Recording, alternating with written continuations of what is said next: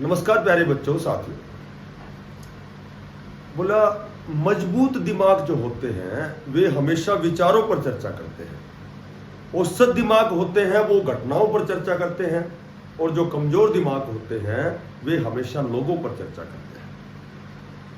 देखो आज की जो हमारी छोटी सी अपडेट है कि टीजीटी का रिजल्ट बहुत जल्दी आने वाला है। आज लोकसभा चुनाव के नतीजे घोषित हो जाएंगे, ठीक है।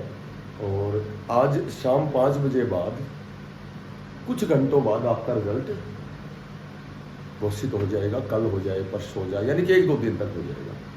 एक नई जानकारी ये है कि अभी फिलहाल जो सी ग्रुप है उसको कैंसिल कर दिया गया है। 56 है, 1-2 है, इस पर भी चर्चा करेंगे, थोड़ी सी लंबी चर्चा होगी।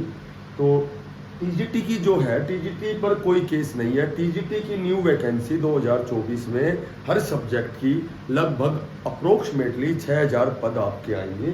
और साथियों से मेरा निवेदन है कि जो 1-2 नंबर से रह जाता है तो चिंतित ना हो, उनके लिए न्यू वैकेंसी आएंगी तो वो दोबारा फिर दुगने उत्साह से प्रयासरत हो तो वो सफलता प्राप्त करेंगे 2024 में।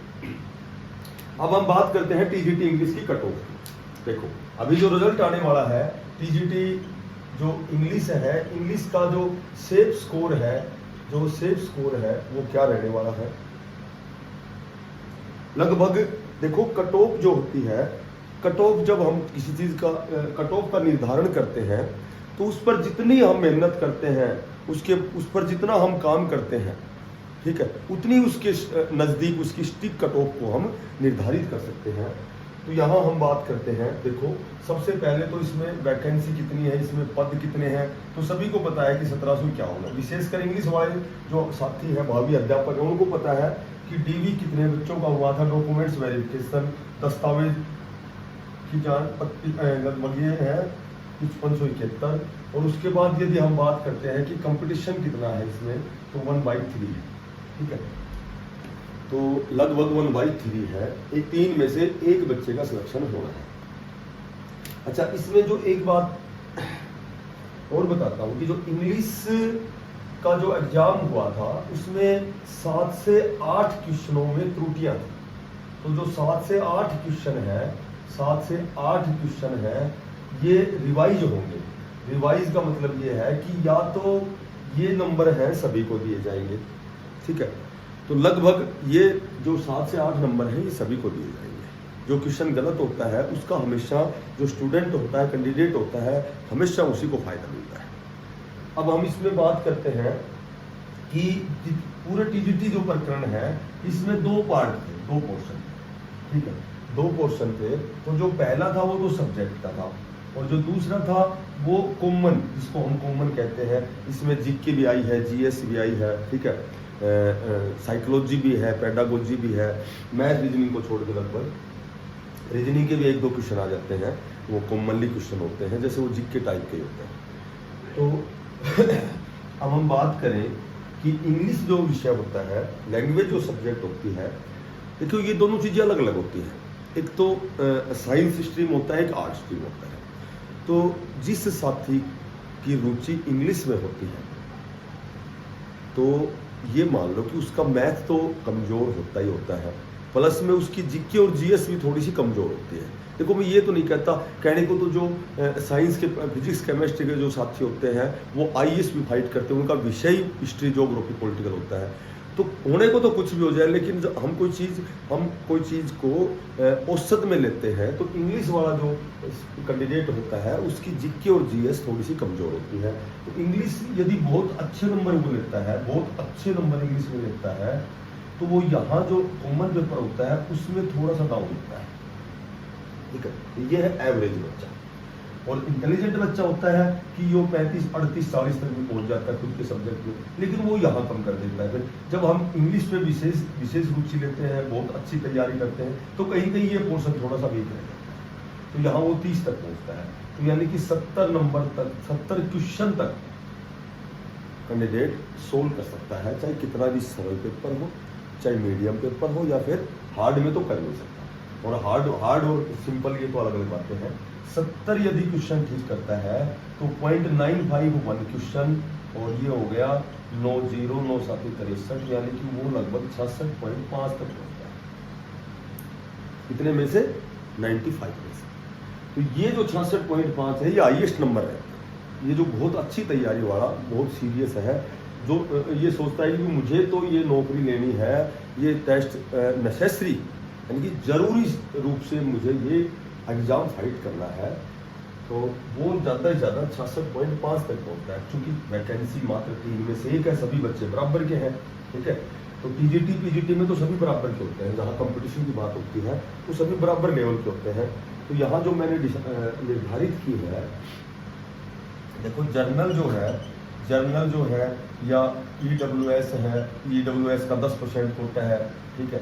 BCA है, फिर उसके बाद BCB है, फिर उसके बाद SC है, फिर ESM है और PWD है। तो यहाँ देखो, यहाँ मैं बात करता हूँ कि जनरल 95 में से, आउट ऑफ 95 में से जिस साथी के 60 नंबर बनते हैं, 63 नंबर तक में भी सिलेक्शन होगा उसका, ठीक है। ये ना क्वेश्चन नहीं है, ये क्वेश्चन नहीं है, 60 नंबर क्वेश्चन नहीं है। क्वेश्चन तो वो है कि जब वो कम से कम 64 क्वेश्चन ठीक करेगा, 64 से 65 क्वेश्चन ठीक करेगा, तो उसके नंबर वो 60 मार्क्स अचीव करेगा। तो 60 ये नंबर है। तो जनरल का जो कैंडिडेट है, जो साथी है, जो 60 से 63 तक क्वालिफाई करता है, इतने नंबरों को अचीव करता है, इतने नंबरों को गेन करता है, तो मे बी वो उसका सिलेक्शन श्योर है, ठीक है। EWS की बात करें तो मैंने यहाँ कट ऑफ लगाई है 59 से 61 तक, 59, 60 और 61। मैंने 3 नंबर का इसलिए दिया है, 4 नंबर का चले लो कि 59 से 62 करना, तो यहाँ तक वो बिल्कुल सेफ है। उसके बाद BCA है, वो 57 से 60 तक, ठीक है। BCB अगर मैं बात करूँ तो वो 58 से 61 तक। और यदि मैं SC की बात करूं तो मैं SC करूं तो 55 से 58 तक।